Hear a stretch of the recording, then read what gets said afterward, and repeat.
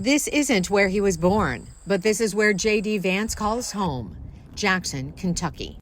Now, when I proposed to my wife, I said, honey, I come with $120,000 worth of law school debt and a cemetery plot on a mountainside in eastern Kentucky. Grandmother Bonnie Blanton Vance. Vance's grandmother was known as Mamaw. He always came down here with Mamaw, and she would bring him to the mountains to let him see what mountain life was, and he evidently liked it.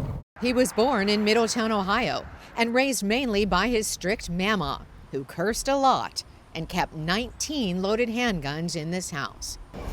With his stepfather's last name, J.D. Hamill won his first election, ironically as vice president of his Middletown high school class. He served as a Marine and then graduated summa cum laude from The Ohio State University.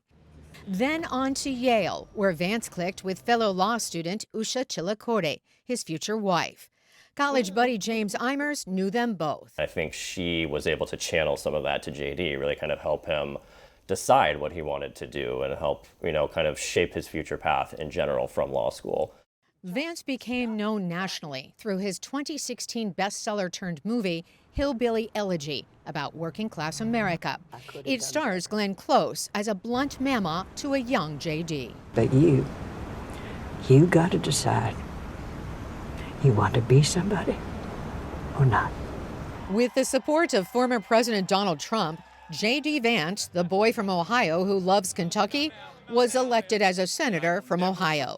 And a quick 2 years later, J.D. Vance to be the next vice president of the United States. Trump chose Vance as his running mate.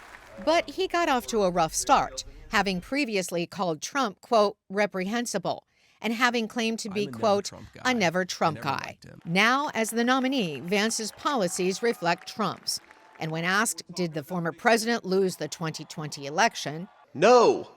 I think there are serious problems in 2020. So did Donald Trump lose the election? Not by the words that I would use. Vance is hawkish on China and East Asia, opposes military aid to Ukraine, and... Ma'am. Could you tell me how you handled it? In answer to my question on the Israel-Hamas conflict... Kamala Harris, on the one hand, says that she really cares about civilian casualties, and yet she refuses to give Israel the weapons that allow them to minimize civilian casualties. Vance's hometown of Middletown is largely Trump country. Steve Dillman hired Vance for his first job at age 16. I'm very proud of what he's accomplished, and to be a part of that makes me really feel good inside.